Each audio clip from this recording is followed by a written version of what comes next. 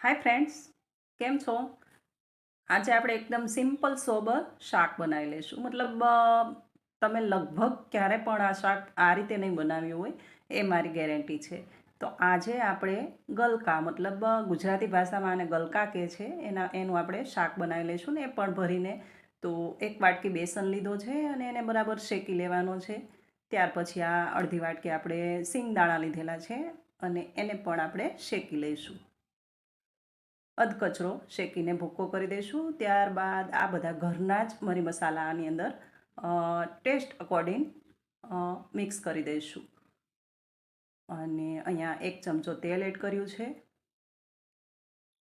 તેલ એડ કરી અને આને બરાબર મિક્સ કરી લઈશું. અને જો તેલ ઓછું જણાય તો ફરી પાછું અહીંયા મેં તેલ એડ કર્યું છે. અને સિંગનો જે અધકચરો ભૂકો છે એ પણ એડ કર્યો છે. 2 ચમચી ભરીને પણ એ સ્કીપ થઈ ગયું છે. તો હવે આને આપણે બરાબર મિક્સ કરી લઈશું. એકદમ ટેસ્ટફુલ બનીને તૈયાર થાય છે, કારણ કે ગલકાનું શાક મોસ્ટ ઓફ ઓછું ભાવતું હોય છે અને બહુ ઓછા ઘરમાં ગલકાનું શાક બનતું હોય છે. તો આજે આપણે ભરીને બનાવીશું ને એ પણ એકદમ ટેસ્ટફુલ. તો આ રીતે ગલકાની છાલ ઉતારી લીધેલી છે. છાલ ઉતારીને આટલા આટલા ટુકડા કરી અને વચ્ચેથી કટ લગાવીને ચકોરમાં આપણે કટ કરી દઈશું. અને ત્યાં આપણે આ મસાલો જે બનાવ્યો એ ભરપૂર માત્રામાં ભરી દઈશું. તો મોનસ્ટોપ આમ જે શાક ન ભાવતા હોય ને એ આપણે ભરીને બનાવતા હોય છે. તો ભરીને શાક બનાવવામાં આવે ને તો એનો ટેસ્ટ વધી જાય છે ને ખાવામાં પણ મજા આવે છે. તો ગલકાનું શાક તો મોનસ્ટોપ ઓછું બનતું હોય છે, ભરીને પણ નહીં ને આમ પણ નહીં. ઘણા ઘરમાં ઓછું બનતું હોય છે, મારા ઘરમાં પણ ઓછું બને છે. જો આમ સાદું બનાવું તો કોઈ ખાતું નથી, ભરીને બનાવવું તો બધા ખાય છે. તો એકવાર ટ્રાય જરૂરથી કરજો. એકદમ સરસ એવું ટેસ્ટફુલ આ શાક બનીને તૈયાર થશે. અને આ રીતે તમે તુરિયા મતલબ જે ગલકાની જગ્યાએ તુરિયા હોય છે એને પણ આ રીતે ભરીને શાક બનાવી શકો. તો ચાલો, આપણા ગલકા તો ભરાઈ ગયા છે ને હવે એને આપણે વઘાર કરી દઈશું. એકદમ ઇઝી રેસીપી, સિમ્પલ સોબર આ શાક છે પણ ટેસ્ટ જબરજસ્ત છે અને બનતા પણ વાર નથી લાગતી. તો અહીંયા સિમ્પલ આપણે 2 ચમચા તેલ ગરમ કરી દઈશું. રાઈ, જીરા, હિંગ, હળદરનો વઘાર દઈશું અને ત્યાર પછી આપણું જે ગલકા છે ભરીને રાખ્યા છે એને હાથથી જ આપણે ગોઠવતા જઈશું. મતલબ જે રીતે કેમ ભીંડાનું શાક આપણે ભરીને બનાવીએ અને રીંગણનું શાક ભરીને બનાવીએ, એમાં કઈ રીતે આ રીતે આપણે અલગ અલગ હાથથી મૂકતા હોય એ રીતે આપણે એને ગોઠવી દઈશું.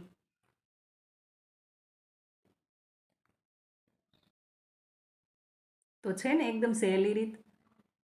તમે લોકો બનાવતા જશો, તમે કઈ રીતે બનાવો છો એ મને પણ ક્યારેક કોમેન્ટમાં જણાવતા રહેજો. અને જો તમને મારી રેસીપી ગમતી હોય, મારી ચેનલ પર નવા હોય તો મારી ચેનલને સબસ્ક્રાઈબ કરી દેજો.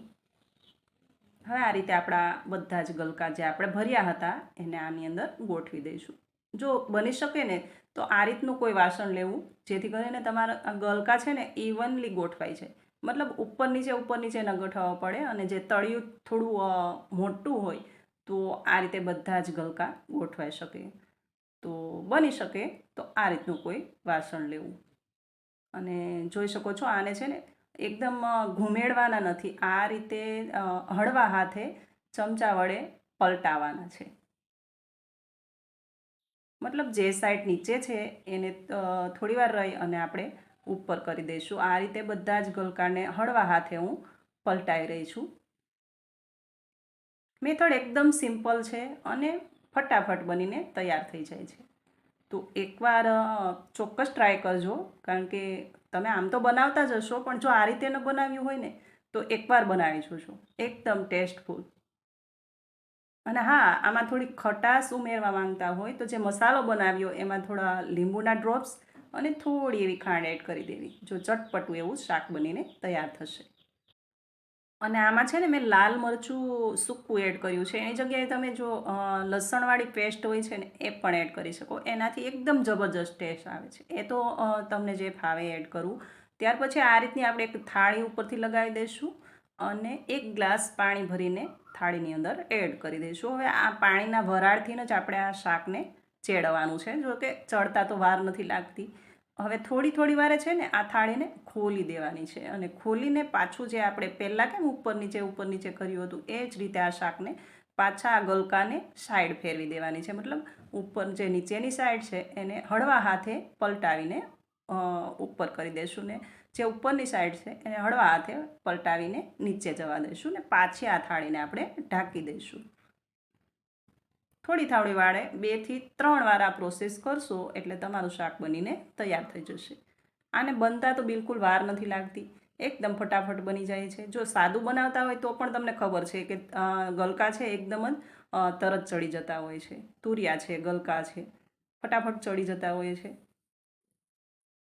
હવે આ રીતે આને પલટાવી અને પાછી આપણે ઉપરથી થાળી રાખી દઈશું. મતલબ જે પાણી એડ કર્યું છે ને એની વરાળ બનશે ને, થોડા ડ્રોપ્સ આની અંદર પડશે એટલે આ શાક છે ને નીચે બેસશે નહીં અને આ રીતે એમાં ચડતું રહેશે.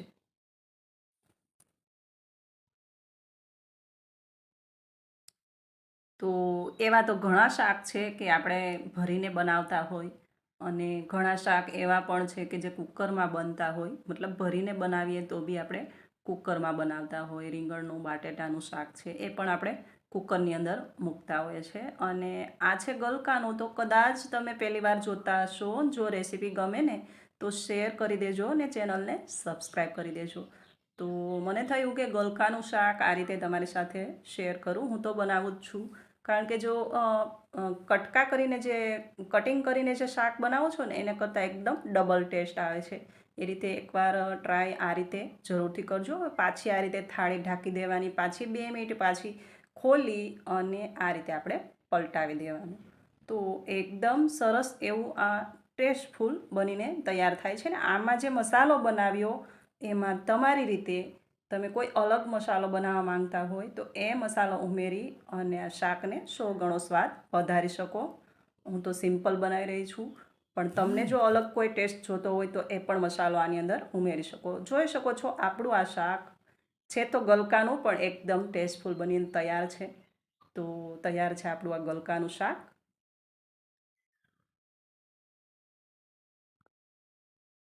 અને આને રોટલી હોય કે રોટલા હોય બંને સાથે સર્વ કરી શકો અને ટેસ્ટ એકદમ જબરજસ્ત આવશે.